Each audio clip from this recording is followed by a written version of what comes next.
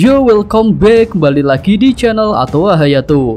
Bagaimana kabar nakama sekalian? Semoga selalu baik-baik saja.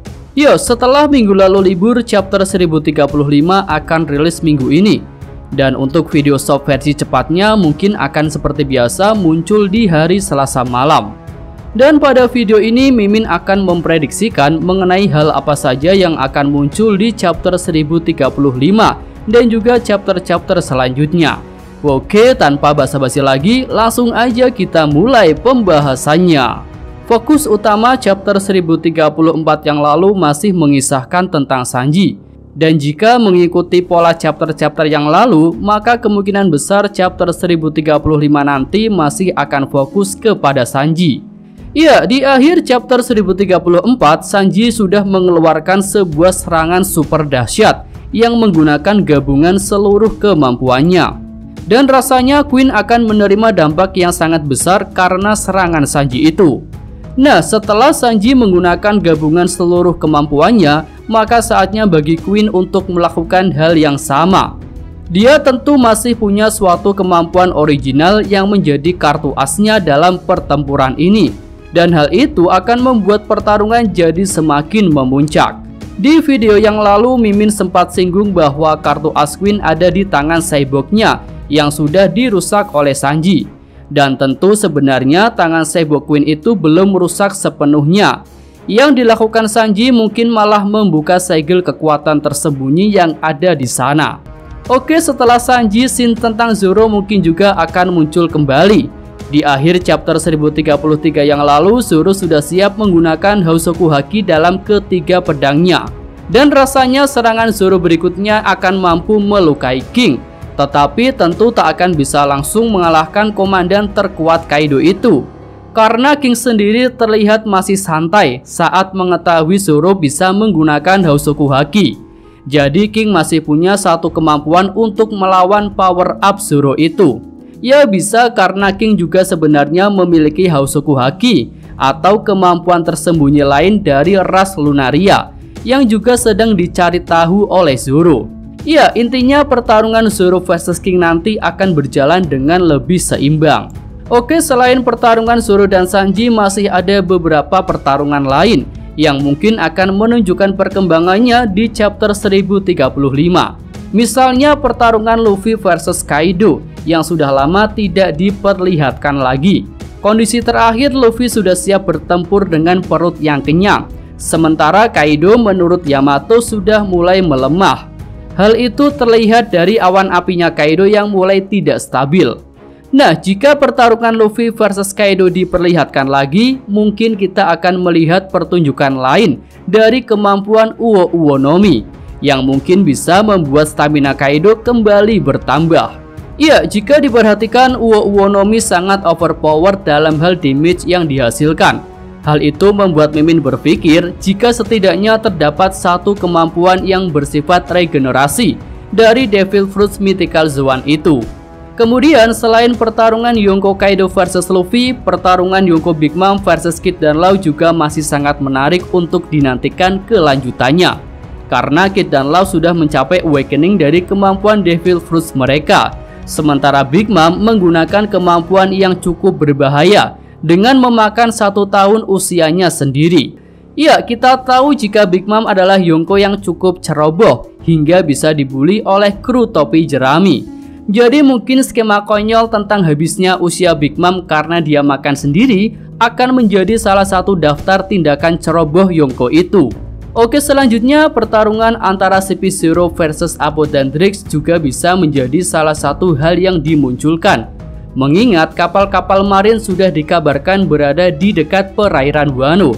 Jadi para CP0 mungkin akan mulai mendapatkan jatah cerita yang cukup banyak.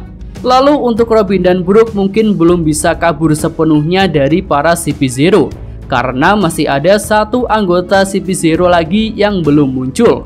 Jadi mungkin Robin dan Brook akan bertarung dengan anggota CP0 yang belum muncul itu. Nah, selanjutnya ada pertarungan yang sudah lama sekali tidak disinggung lagi, yaitu duel ninja terkuat dalam cerita ini. Antara Fukurokuju sang pemimpin Oni Wabansu versus Akazaya Raizu.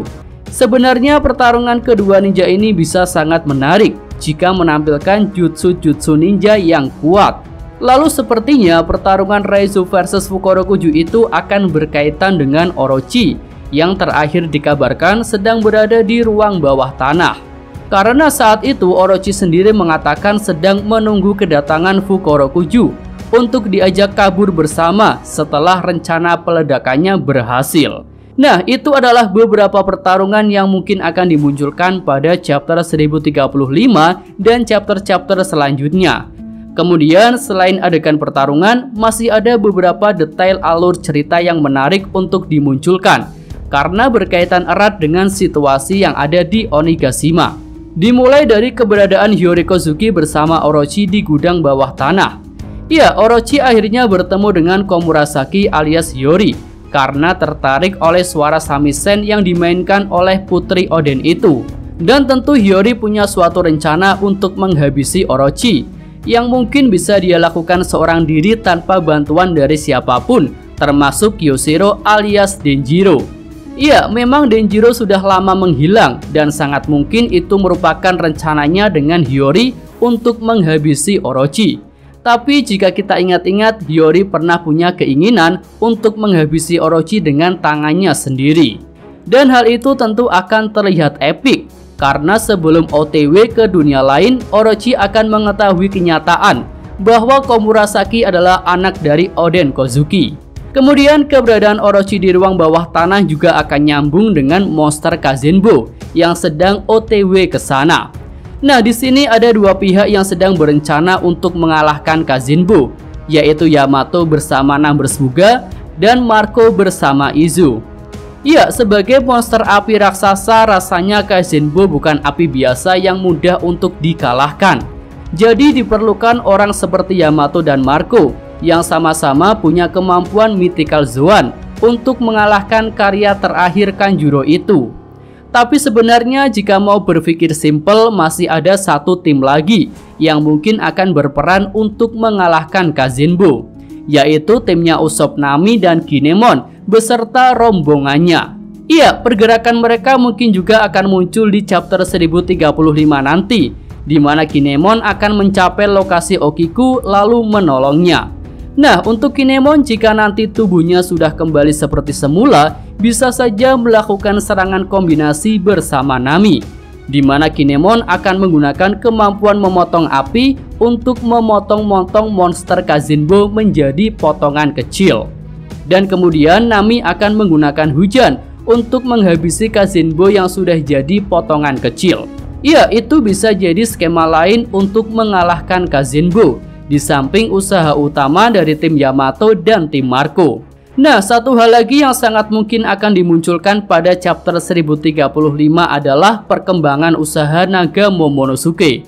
Update terakhir, Momo sudah punya rencana untuk menggunakan awan api Kaido agar dia bisa menahan laju Onigashima. Mungkin di chapter depan usaha Momo akan mulai membuahkan hasil, yaitu Onigashima akan melambat, tapi masih butuh usaha keras untuk mencegah jatuhnya pulau itu. Ya, itu adalah hal-hal yang mungkin akan muncul di chapter 1035 dan chapter-chapter selanjutnya. Jika nakama punya pendapat lain, silahkan bisa ditulis pada kolom komentar. Mimin atau Hayato, terima kasih. Oke, cukup sekian video kali ini. Semoga nakama sekalian menyukainya. Terima kasih sudah nonton. Jangan lupa like-nya dan subscribe channel Atwa Hayato. Yo!